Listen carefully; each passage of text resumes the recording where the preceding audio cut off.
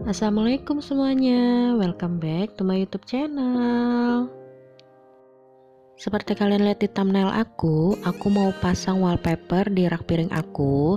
Ini wallpaper yang lama dan aku mau ganti jadi yang warna pink biar sama dengan yang di bawahnya ini. Terus aku mau pasang di samping mesin cuci dan di kulkas. Dan yang terakhir aku mau pasang wallpaper di samping wastafel aku ini. Jadi gimana caranya dan step-stepnya, ikutin aku terus ya.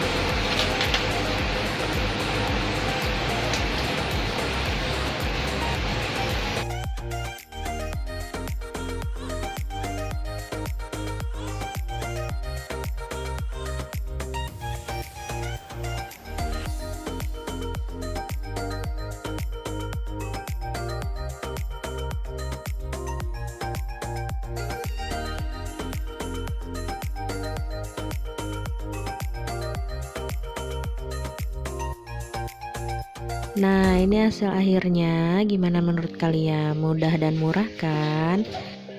Jadi segitu aja video aku kali ini. Semoga bermanfaat dan bisa menginspirasi kalian. Jangan lupa juga untuk di-subscribe, like, comment, and share. Dan jangan lupa juga follow IG aku @diary_ibun. Dan makasih ya untuk yang udah subscribe dan juga nonton video aku ini. See you on my next video. Assalamualaikum.